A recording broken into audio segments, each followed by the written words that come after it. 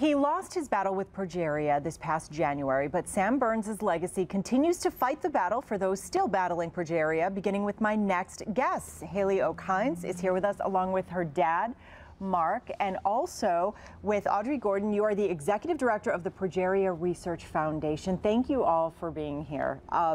Haley, let's start with you because you're friends with Sam, and his legacy is really continuing to live on to help other people. Tell us about that. We knew Sam, we've known Sam for a long time, and he was great. He was great. He was great. He was wonderful. He's come here to the station. Our main anchor, Maria Stefanos, had interviewed him many times, and he was really wonderful. But one of the things he really dedicated his life to was raising awareness of progeria and raising money as well. And that's what you folks are sort of kind of carrying the torch. Yeah, absolutely. We like to think that we're trying to do our little bit to from England to help the Progeria Research Foundation in the drug trials. Obviously, it's a great thing that's going on for finding out a cure for progeria, which is what we're all here for at the end of the day.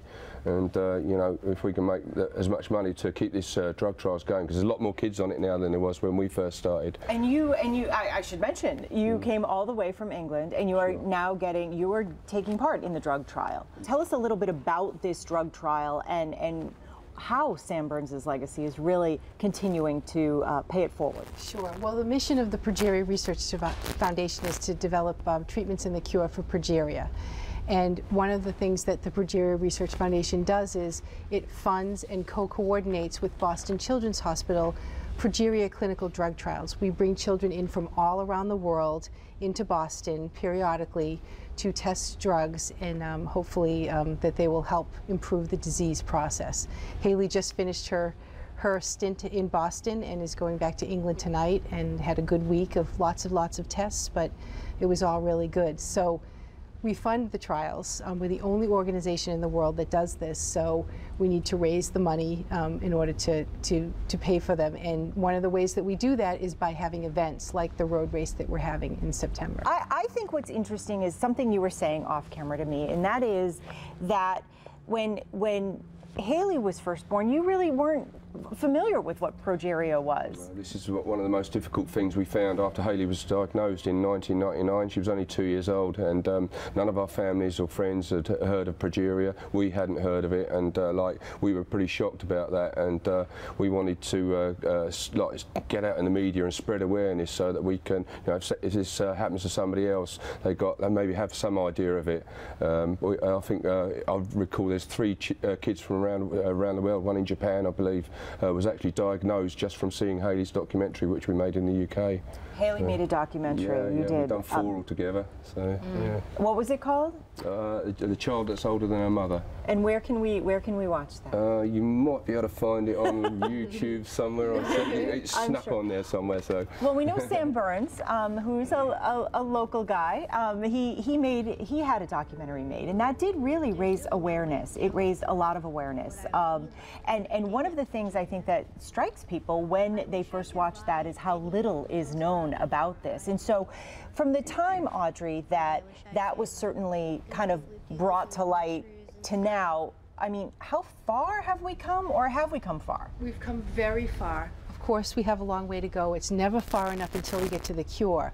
But what we've been able to accomplish since we were founded in 1999, just 15 years ago, we went from complete obscurity to discovering the cause. Obscurity. Nobody knew what Nobody knew what it was. There were a handful of kids that were known. We went from that to worldwide awareness. We discovered, we went to clinical drug trials, and the drug works. And just recently, this past May, we discovered that this drug is actually extending the estimated lifespan of the children as well. So it's some progress. Wonderful. There's a lot of progress. We're going to continue to study this drug as well as explore other drugs, because we want to get to that ultimate, of course, that ultimate goal of a cure. But to go from nothing to what we are now is so wonderful, because we are able to help the kids.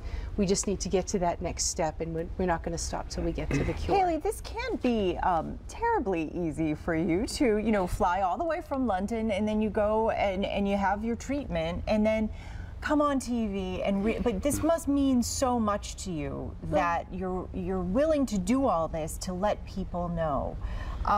What does it mean to you to raise awareness and to help raise money? It means a lot knowing that just by sitting here and doing this, we're helping raise a lot of money and raise awareness. It's really good. What is it you want people to know most? Just to keep on donating so we can carry on doing the treatment. And because they're helping. Mm-hmm. They're helping. Yeah. All right, and so there is going to be this race, and this is one of the ways to help. It's a 13th annual International Race for Research. It is dedicated to Sam Berns. It's a 5K or a 2-mile stroll. It happens on Saturday, September 6th at 9 o'clock in the morning at Peabody City Hall. If you want to register, go to this website, prfroadrace.org. P as in Paul, RF. roadrace.org to register. Hey, Haley, Mark, Audrey, thank you so much for being here. Thank you. I really welcome. appreciate Thank you you. coming in. Great to have you, and keep us posted.